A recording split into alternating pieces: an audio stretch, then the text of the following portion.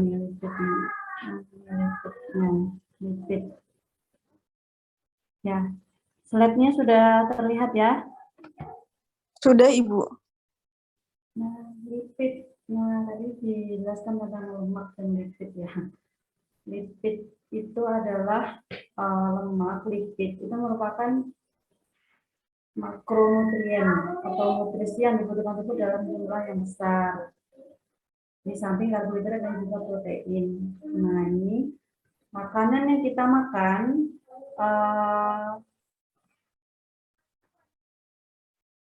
kan tidak hanya mengandung karbohidrat, tidak hanya mengandung satu dari zat saja ya, misalkan hanya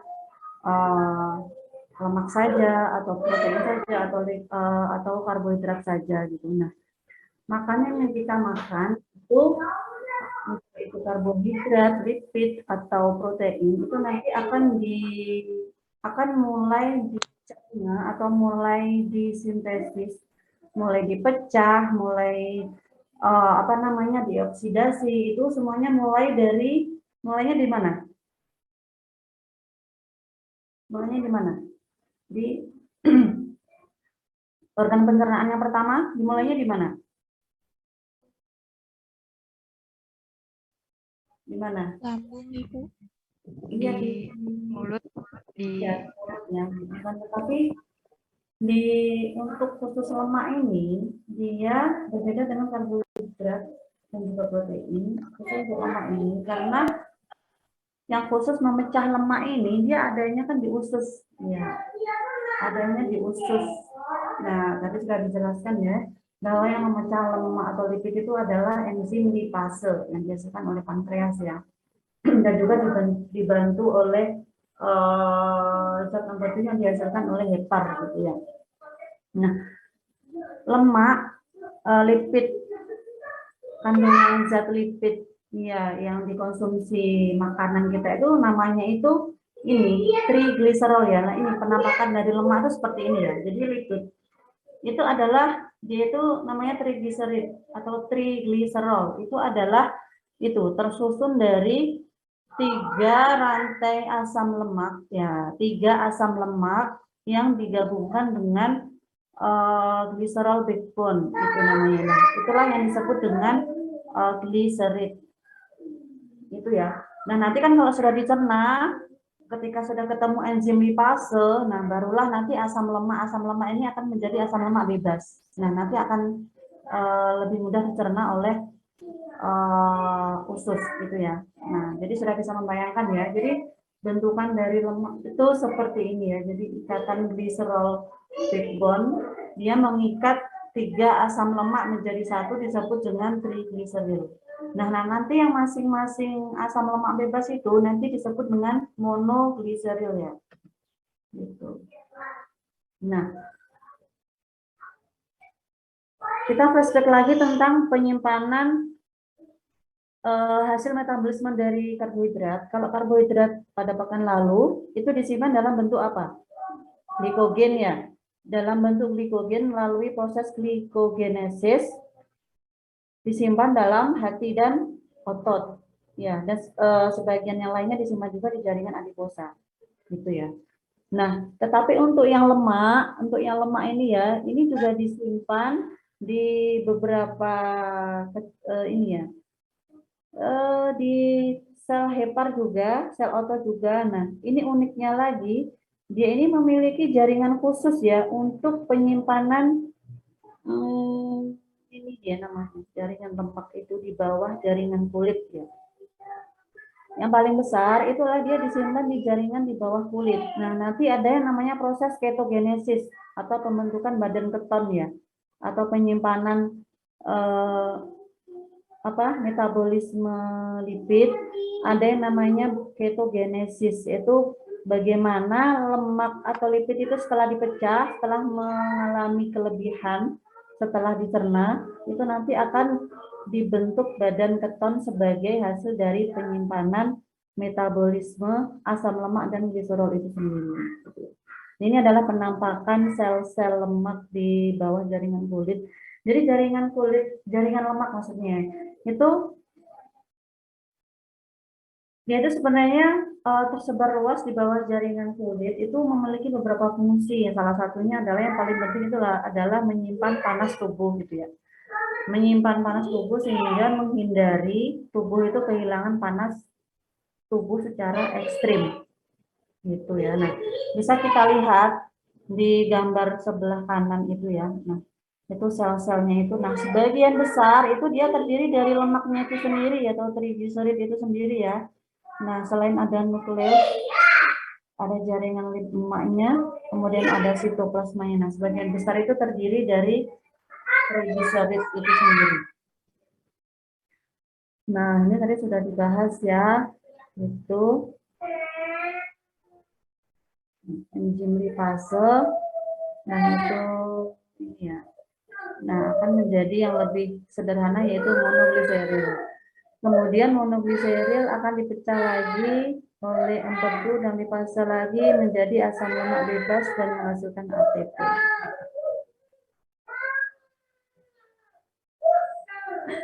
Mohon maaf ya, ada backsound-nya tangisan.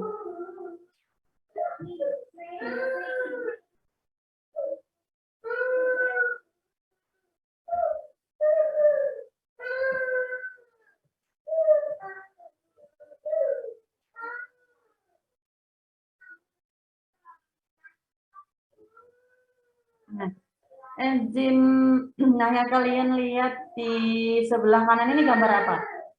Gambar apa ini? Yaitu trigliserid ya yang sudah berikatan dengan fosfolipid dan apolipoprotein. Itu namanya apa ini? Ada yang tahu namanya nggak? Dia ini adalah gabungan dari trigliserid, apolipoprotein. Ya, jadi lemak trigliserid itu sendiri berikatan dengan lemak yang bergabung dengan protein dan kemudian dan juga fosfat dan lipid atau fosfolipid. Ini adalah namanya silomikron. Nah, jadi bentukan lemak itu akan dia mampu menembus membran sel atau membran sel ya, sehingga mampu dicerna oleh sel itu dalam bentuk silomikron. Karena bisa masuk membran itu dia dalam bentuk silomikron. Nah, enzim lipase memecah trigliserid menjadi bentuk monogliseril ya. Nah, ini membentuk silomikron gitu ya.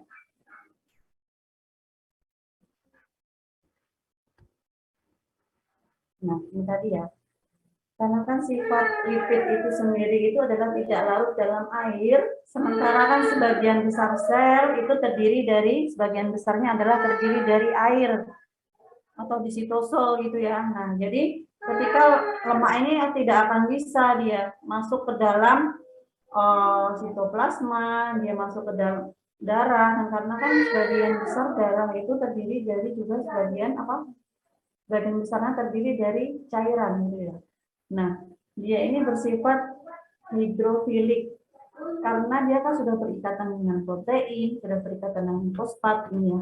Nah, maka bentuk dari silomikron inilah yang mampu dia mampu masuk ke dalam pembuluh darah itu sendiri ya. Nah, itu bentukannya lemak di dalam pembuluh darah itu seperti itu. Dia membentuk senyawa ikatan yang disebut dengan silomikron.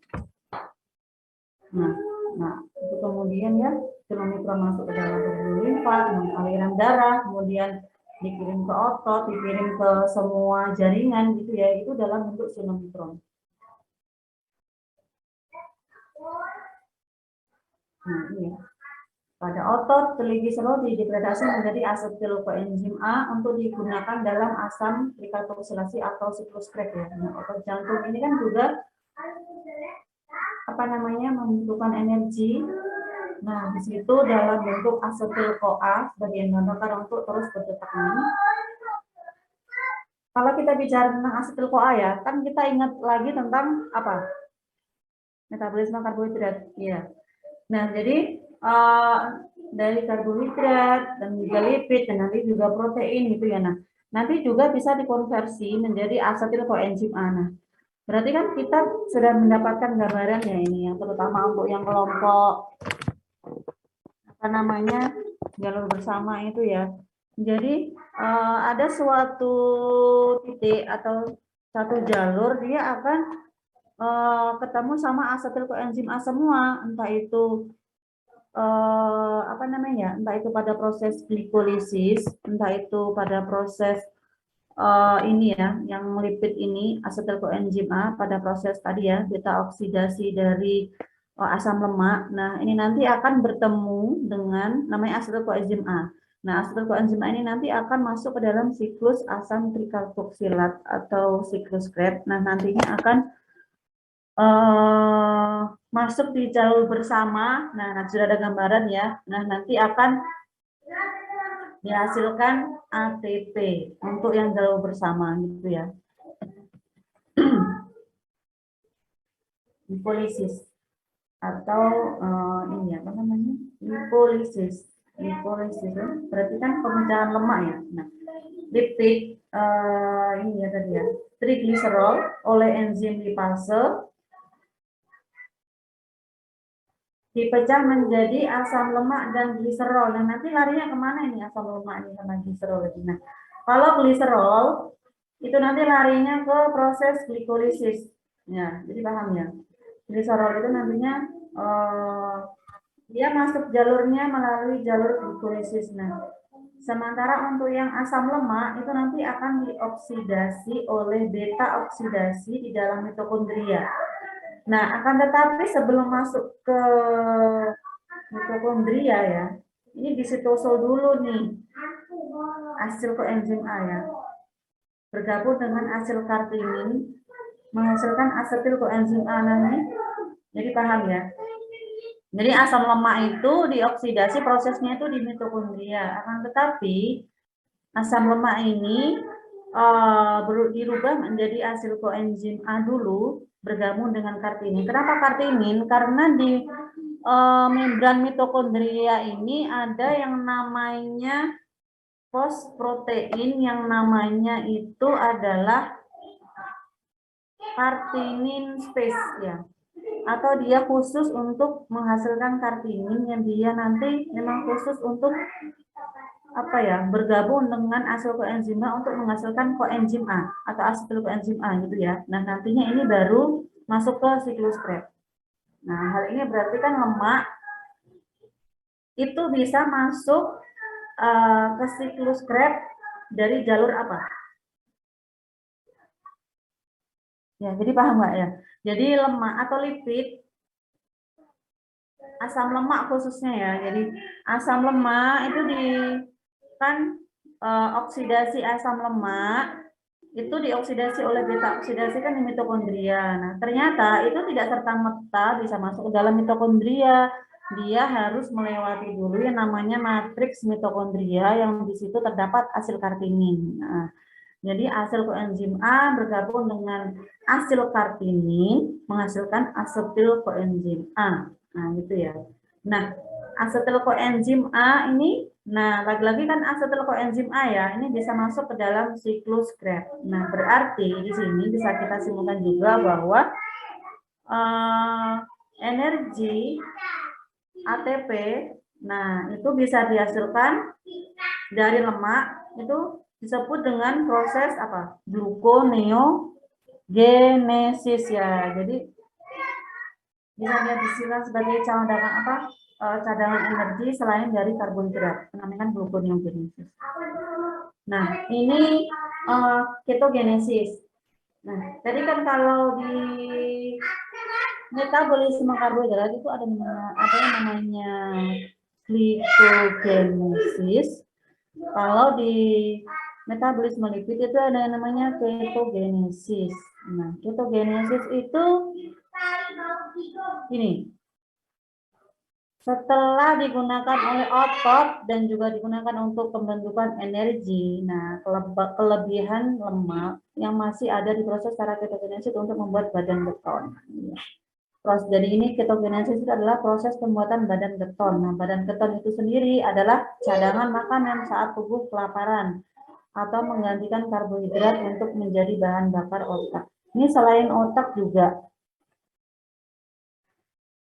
ada jantung, kemudian ada organ-organ lain yang juga terus bekerja gitu ya, kemudian otak juga terus bekerja, kemudian jantung juga terus berdetak. Itu mereka semua kan butuh cadangan energi ya, butuh ATP untuk ini. Jadi kinerja organ-organ ini dia tidak menunggu makanan yang datang gitu ya. Jadi memang ketika memang ada badan keton ini, maka organ itu sewaktu-waktu bisa langsung menggunakan gitu. Nah, bagaimana ketika tubuh itu tidak sempat menyimpan cadangan lipid ini gitu ya. Nah, berarti kan mau tidak mau dia harus menunggu dari ini ya makanan yang datang gitu. Kecuali di situ ada cadangan yang dari protein. Nah, nanti yang di metabolisme protein ya nanti. Nah, jadi berarti ini kan pentingnya cadangan makanan ketika dalam tubuh itu cukup, nanti ya, tidak berlebihan ya. Tadi kan sudah di sini ya, sesuatu yang berlebihan itu memang tidak bagus untuk tubuh kita. Ya. Ketika cadangan makanan itu cukup di sini, ketika tubuh, jantung, otak, organ ya, ketika memang tubuh kita itu dalam beberapa waktu tidak mengonsumsi makanan, mau nggak mau dia harus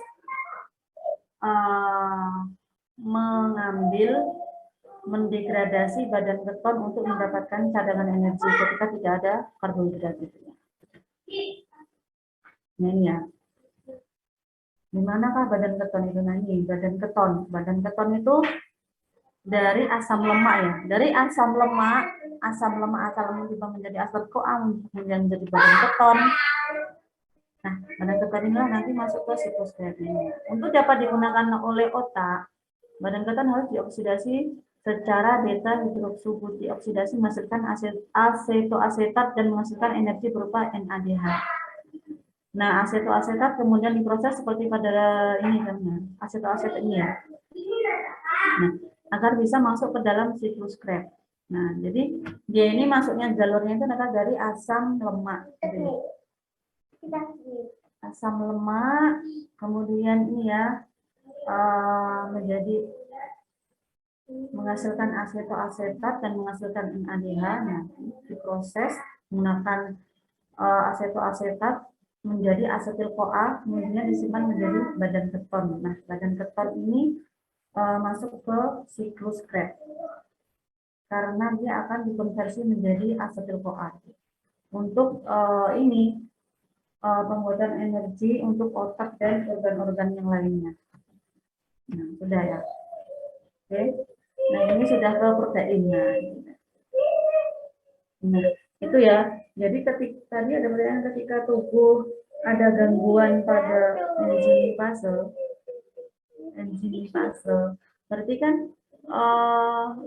trigliserid itu tidak akan terpecah secara sempurna, bahkan tidak sempurna menjadi asam lemak dan gliserol. Jadi bayangkan ketika dia bentukannya tetap menjadi trigliserid, berarti kan tubuh kita tidak akan mendapatkan asupan nutrisi. Jadi kan lemak dalam darah juga tidak tersedia dengan cukup, kemudian jaringan-jaringan seperti otak, jantung, dan organ lain itu juga tidak mendapatkan cadangan energi yang cukup. Ini ya akan menimbulkan, kalau itu berlangsung secara terus-menerus, akan menimbulkan menurunnya fungsi organ yang membutuhkan cadangan energi lemak itu gitu ya. Gitu. Jadi dari proses itu kan kita bisa membayangkan. Nah, badan keton tidak terbentuk, kemudian glikolisis tidak terjadi, ya kan kalau gliserol larinya ke glikolisis, kemudian asam lemak ke ini ya asetil CoA melalui dan mitokondria tadi ya. Itu, nah itu berarti kan tubuh bagian organ-organ dalam tubuh itu juga akan mengalami penurunan fungsi ya, karena kinerjanya itu tidak sempurna karena asupan dari asam lemak dan gliserol itu tidak tercukupi.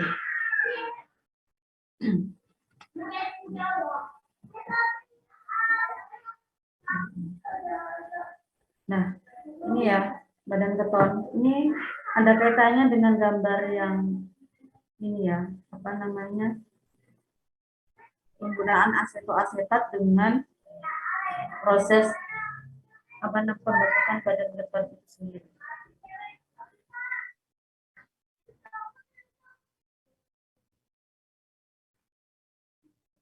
Ya, mungkin untuk yang lipid sudah jelas. Atau mungkin ada yang ditanyakan. Nah, jadi saya harap nanti untuk baik kelompok karbohidrat, lipid maupun protein dan juga mineral dan juga apa namanya cairan. Nah, itu nanti semuanya tolong dipahami benar-benar ya, dipahami betul-betul apa namanya metabolismenya.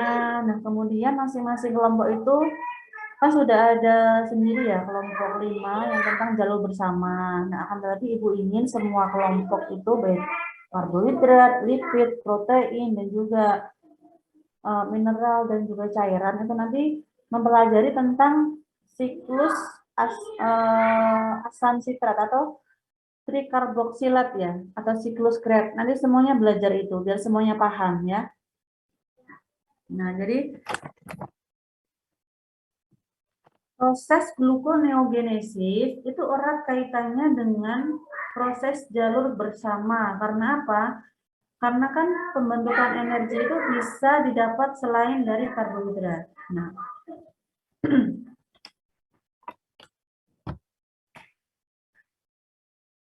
Nah, bisa dipahami ya. Jadi keterkaitan antara semua metabolisme dalam tubuh ini nanti akan dibahas di jalur bersama itu gitu ya. Jadi metabolisme terutama yang lipid ini kan kaitannya dengan apa? Vitamin ya. Karena vitamin itu bisa dicerna oleh tubuh kalau ada lipid. Iya enggak? Jadi tubuh itu yaitu nah nanti ini kan erat kaitannya dengan metabolisme vitamin gitu ya. Nah, jadi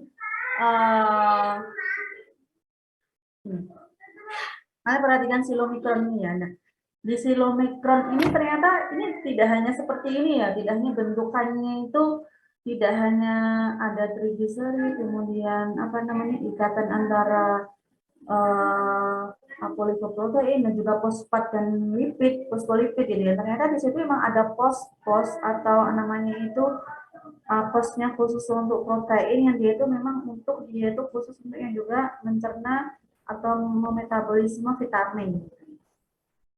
Nah, itu mengapa vitamin itu bisa diterna dalam tubuh ketika tubuh kita itu ketersediaan lemak itu cukup gitu.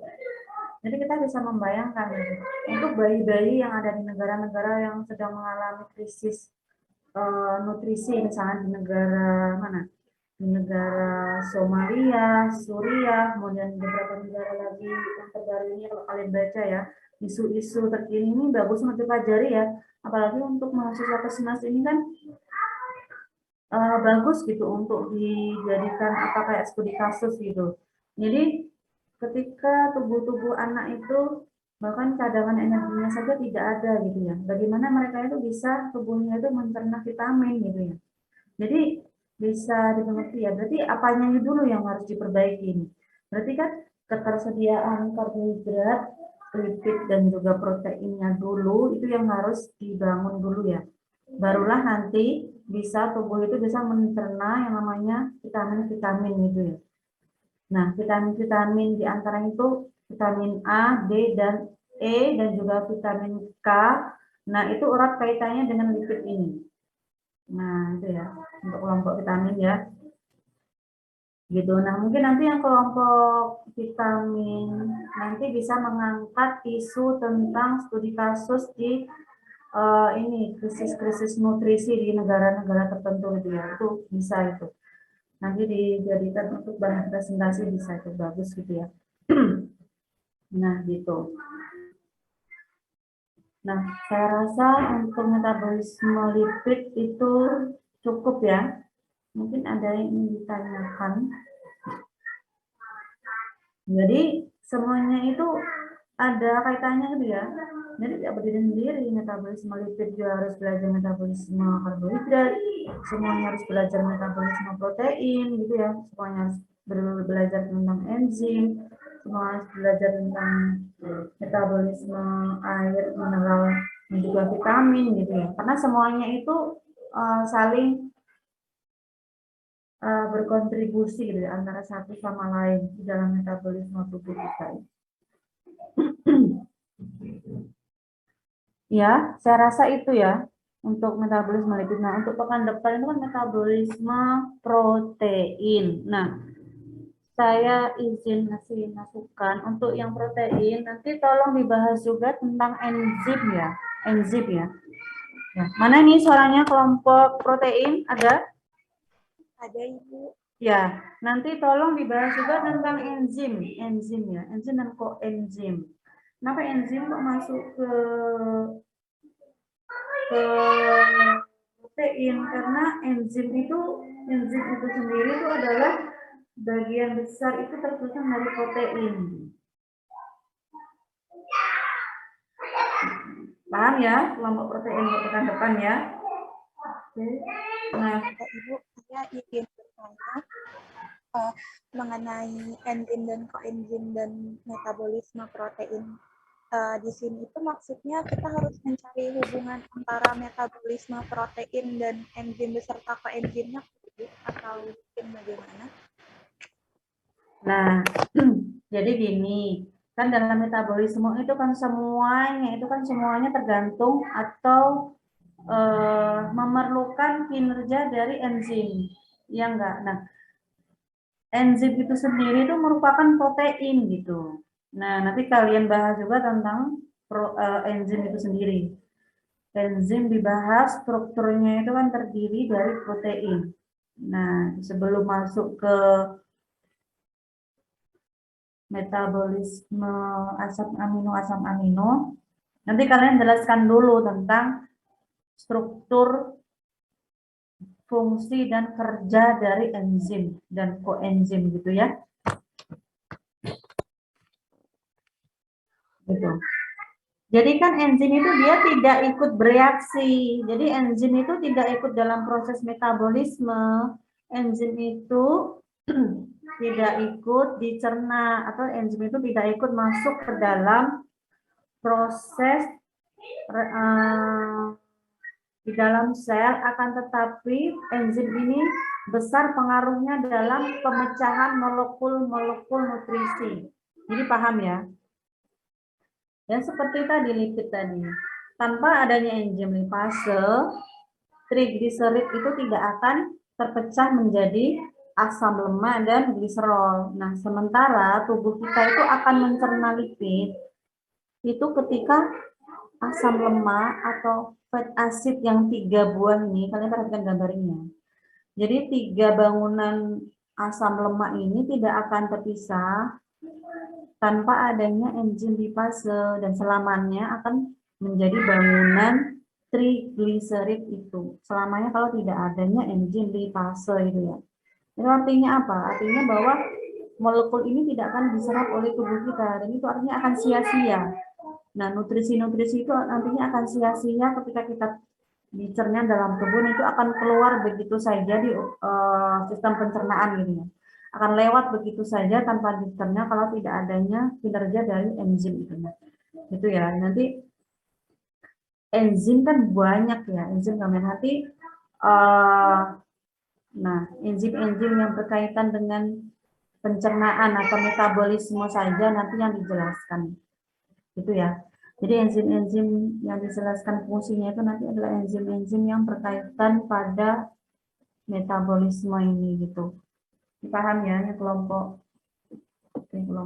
protein ya, bahas tentang enzim.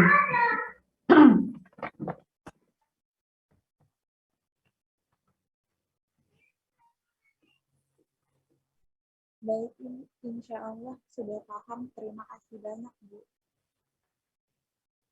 Iya, untuk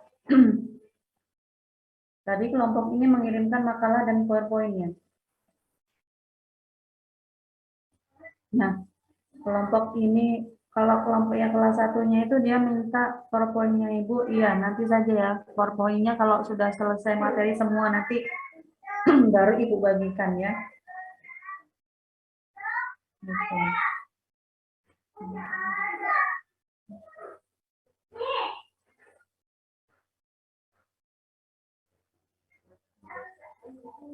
Jadi sudah dipahami ya, bahwa kalau secara garis besar bahwa trigliserid itu kan dipecah oleh enzim lipase menjadi dua bagian, yaitu asam lemak dan gliserol. Nah, dua ini asam lemak dan gliserol ini masing-masing dia memiliki jalur sendiri. Kalau asam lemak dia nanti larinya kemana? Apa?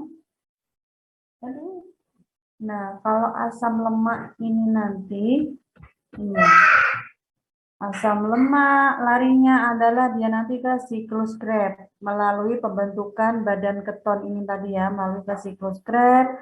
Asam lemak tadi ya, asam lemak sebelum menjadi asetil CoA dia diubah dulu menjadi asil CoA, kemudian dia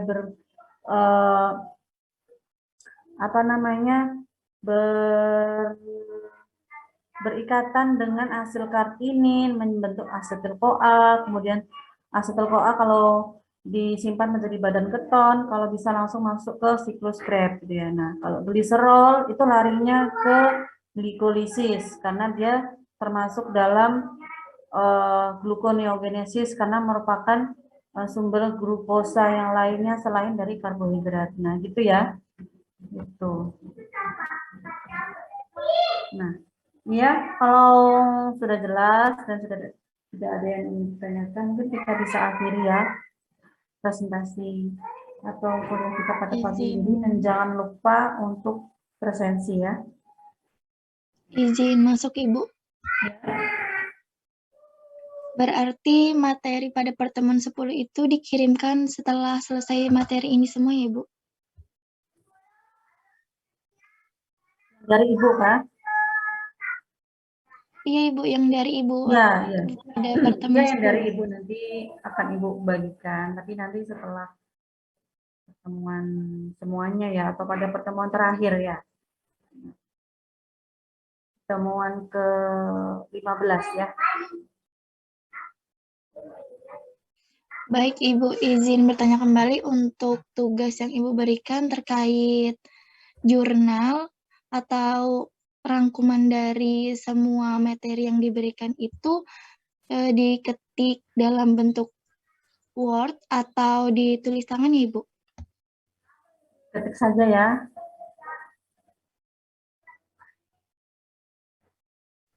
Oke, baik Ibu, berarti diketik ya Ibu? Ya, ketik saja.